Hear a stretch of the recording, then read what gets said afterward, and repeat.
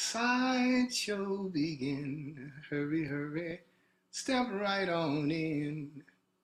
Can't afford to pass it by. Guaranteed to make you cry. Let the sideshow begin. Hurry, hurry, step right on in. Can't afford to pass it by. Guaranteed to make you cry. Let the sideshow begin. Hurry, hurry, step right on in. Can't afford to pass it by. Guaranteed to make you cry. See.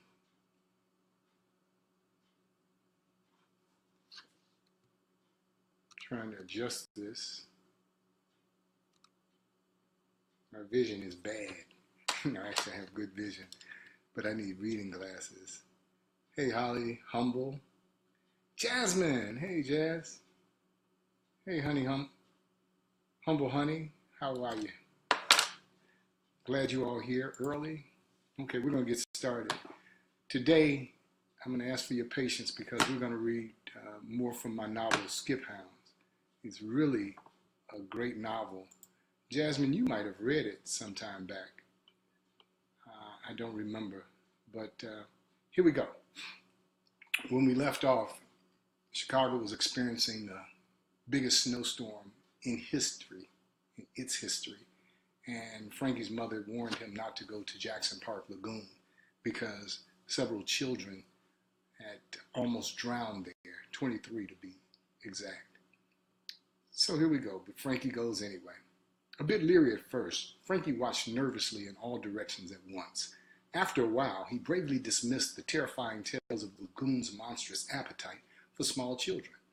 Fascinated by the wondrous sight of the snowflakes floating from the sky, Frankie squinted to follow their descent and watch them land one by one.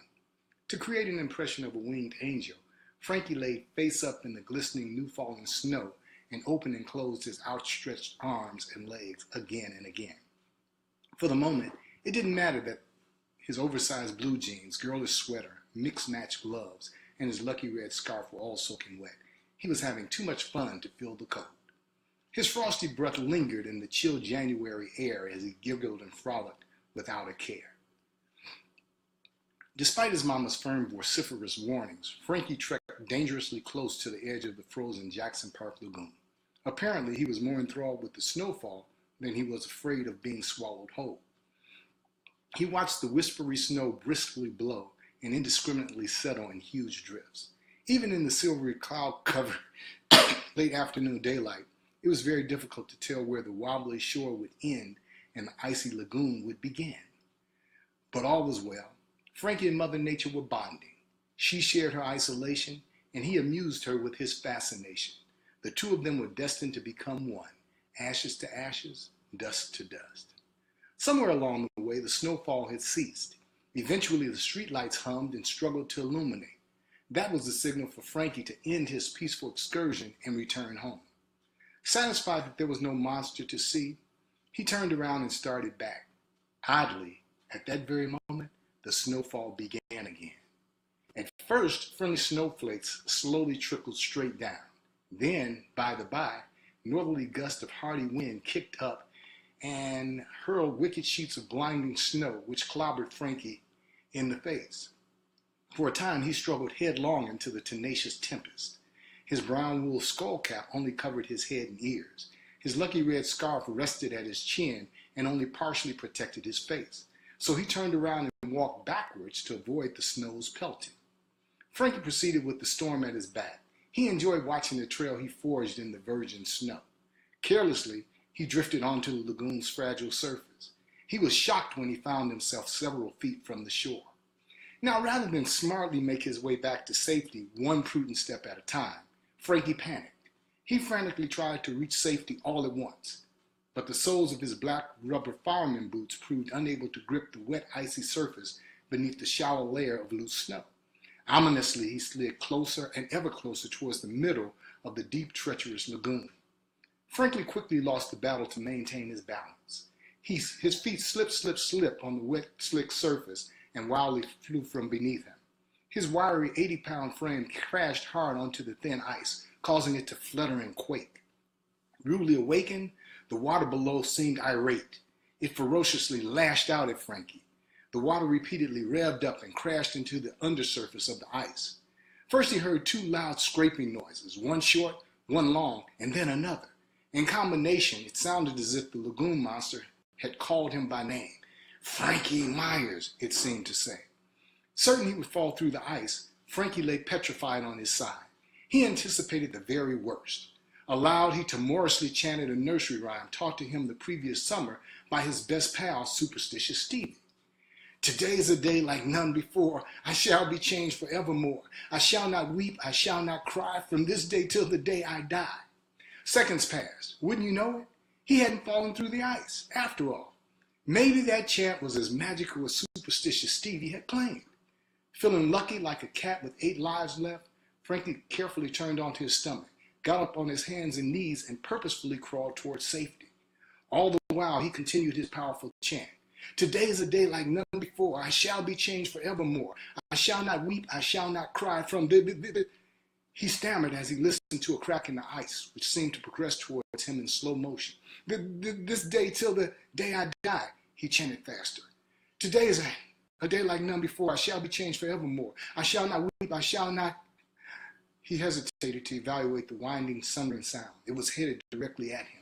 He continued his chant, gravely emphasizing each and every word. Cry, from this day till the day I... After an everlasting second, he heard a deafening boom. The ice that had supported him gave way. Frankie fell through. In an instant, he was up to his chest in water so brutally frigid it stole his breath away. He unleashed a blood-curdling scream for help, yet there was no one near enough to hear it. That same fascinating isolation he had relished and enjoyed only moments before was now his cursed enemy. The ferocious cold water wrapped around Frankie's throat.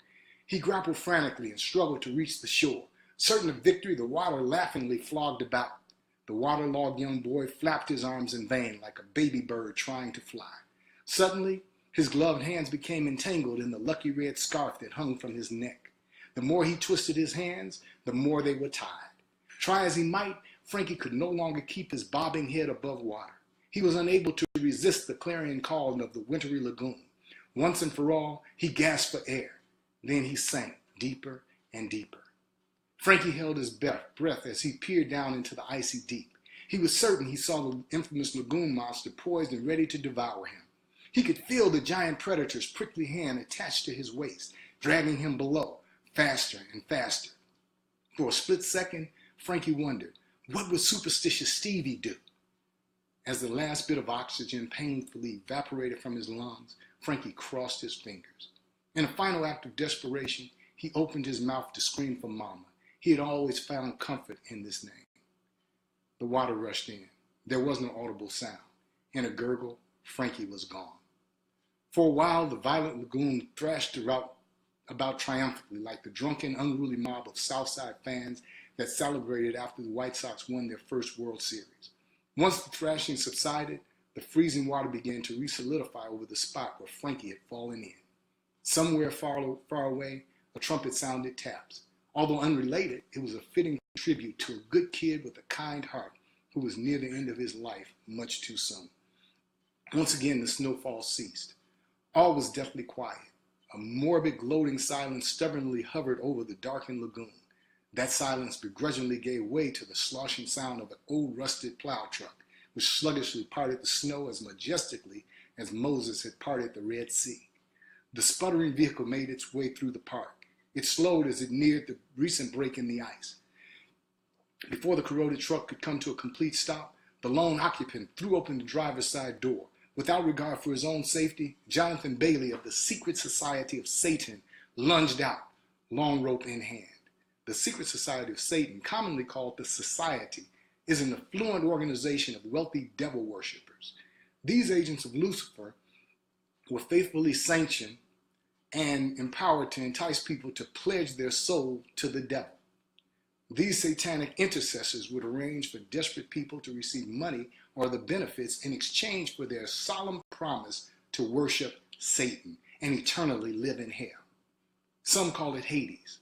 that godforsaken inferno where forlorn residents vividly relive all of the worst moments of their lives over and over and over again.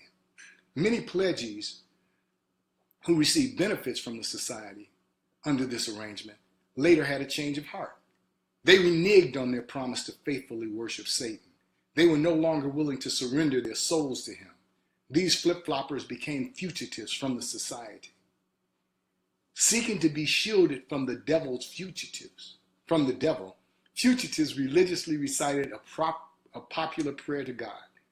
Now I lay me down to sleep. I pray the Lord my soul to keep. If I should die before I wake, I pray the Lord my soul to take.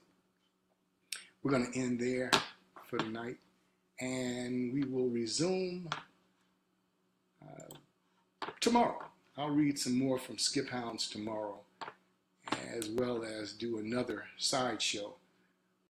The regular sideshow will take place 6:30 Pacific time, 8:30 Central time, 9:30 Eastern time, and I'll sing something. I don't know what yet, but I'll sing something. I'm also open to suggestions. So thanks a lot for tuning in. Again, that's Skiphounds, and it's available on Amazon.com for just 99 cents. If you're a reader and love to read, it is a great novel. It's scary. I have to warn you, it is scary. And the novel itself comes with a warning because it will scare the bejeebas out of you. But looking forward to spending more time with you with literary moments like this. Take it easy. Good night.